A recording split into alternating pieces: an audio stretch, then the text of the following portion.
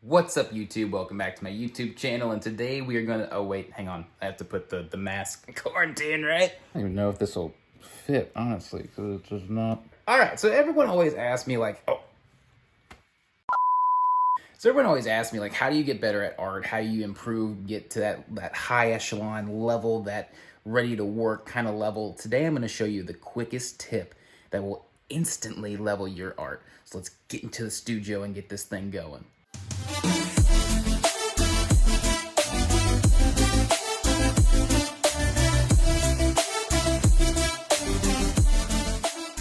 All right, so the first step when it comes to this instant art hack is to, number one, identify 3 to 4 artists that you like, that kind of resonate with you, okay? As an example, here in my sheet, I have Jim Lee, George Jimenez, and then, Jorge Jimenez, and then Todd Knock. Those are like my senpais for life, not gonna change ever. Find artists that identify with you, and then immediately, what we're gonna do is hop into step number 2. Step number 2 is to break down that sweet and juicy art that you found from those artists. Now, it's the key for this art hack to actually work instantly, like snap of the finger, or, you know, Thanos, Tony Stark, that kind of thing. You have to break down professional art. Now, unpopular opinion, stop breaking down anatomy, for the love of God. Breaking down anatomy is really good for getting your fundamentals on where things go on the body, all these other kinds of things, but the main problem is you're not going to be drawing real people if you get into this industry. You're going to be drawing characters. You sit there and you get really good at drawing real life people.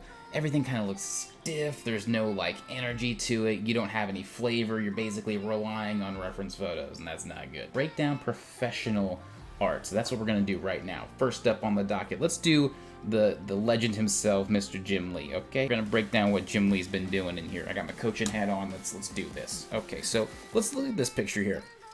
The main thing I always think about when it comes to Jim Lee is his ability to use shadow and lighting. That's like the number one thing that I always look at with Jim Lee. Look at this shot right here. Now, Alex Sinclair colored it, but like the basics though, the pencils, you can see all these like different areas where he's got a lot of stuff going on. Let me just pull this.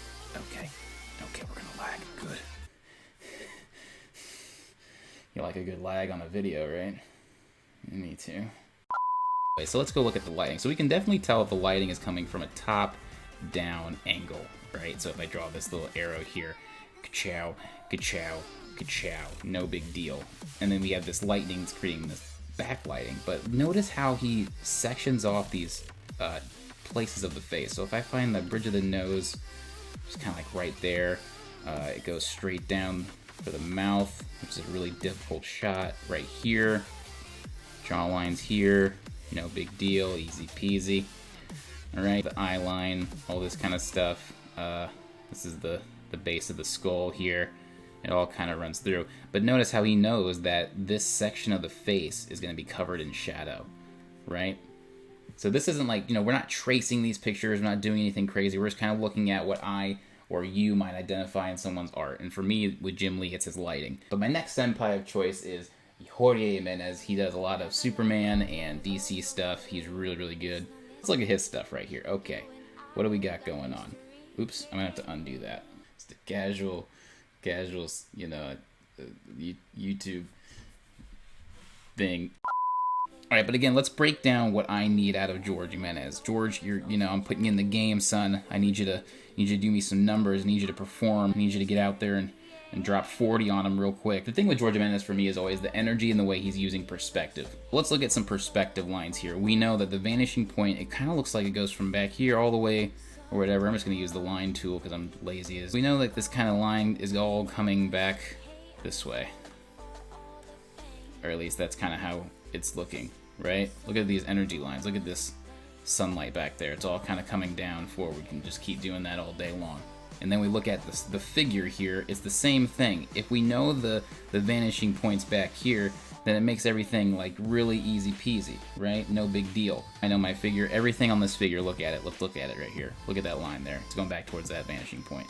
This shoulder kind of going back towards the vanishing point. Even the angles of the knuckles a little bit going back towards the vanishing point and everything else. So that's what I get out of George Jimenez. It's his perspective use, and then the way he's able to manipulate figures with these dramatic shots and angles and energy and vibrancy to his work. So that's kind of what I like to break down with Jorge Jimenez. Last but not least, we have the all-time biggest influence on me, Mr. Todd Knock. And it's because he's so available on YouTube. You've probably seen one of his tutorials or post-it note drawings or whatever. But the thing about Todd Knock that I always liked is that he's able to convey so much character and life into his figures, and the way that he structures his drawings with a little bit of composition, similar to like kind of Bob Ross style situations.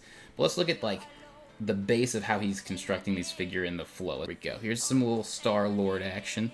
You love to see it. So from here we can see we got like a pretty good setup already. Here's that center line for the face. It's gonna kind of come down to this angle here. Here's the side of the head. Boom, boom, boom, up like this, up and around, no big deal. Neckline here, which is gonna go into this chest, which is kind of going this way here, because here's the rib cage, we can see that. And then it does a little contrapposta. I don't think that's how you say it. But anyway, but this is what it means to break down your favorite artist, right? Drawing over their stuff. And you can do this with like tracing paper, or like you can hold up to a light or something. So yeah, so if I went and hid that picture, boom. Now we have a fig. We could do the same thing that Todd Knock does. We could do the same thing because we broke down the figure and we understand how things kind of move around and work, right? I kind of messed up the little line of action, but it's still the same. Let's move over to this face. He's really good at drawing faces on post-its. He's the post-it note god. So it's basic symmetry here. Let's find that bridge of the nose, which is always going to be the last. It's going to equal the majority of the face, and it comes down to here, right? And then that goes to the base of the forehead here. This is all kind of, if you measure it out, goes right with the eye line. That never changes. Jawline, jawline, and these both instantly connect to that beautiful chin line in a balanced fashion, with the neck going behind it. So yeah, so that's how you break down stuff like that. It's understanding what these artists are doing, and once you do that, you can proceed to the next step of the tutorial. Now I'm gonna pull up some old art of mine that's at least like 3 or 4 years old, back when I was doing all this kind of stuff, because it takes time into the next step, which is to take time to imitate these artists that you like. Live in their mindset, their little mind bubble thought experiment, and then put your spin on it later. That's step number 4. But step number 3, let's stay here. Let's stay in step number 3. So here we go. Here I am really trying to imitate Todd Knock. You can see I'm using the post-it note stuff, okay? I got a lot of this really simple action lines going on. I have the white outline, a lot of the energy that he has. I even tried to put a little bit of that composition, that stuff that we talked about when we were talking about Todd Knock, into this little post-it note. So I was taking time here back in 2017 to really, really imitate Todd Knock's art. Into step number 4, which is experiment. Figure out what you can put onto the piece, what you take from all these different artists and combine it, and that's how you end up with an art style, right? So now let's fast forward in the timeline here, if I can. We'll see if this is gonna cooperate with me. Skadoosh. So now hopefully you can probably see there's still a lot of Todd Knock influence, but I'm taking concepts of lighting and angles from Jim Lee and Jorge Jimenez and like composition stuff, and how I want to create a story within one piece of art. This is where I'm at now. This is just like all out of my head, out spewing, but all those basic fundamentals I did because I was able to take time and do all these steps. Thanks for watching the YouTube video, guys. Hopefully that helps. These are those steps to instantly up your art game. If you practice these steps, I promise you'll see results almost immediately. All right? Have a great day, stay safe, and check you back in the next video.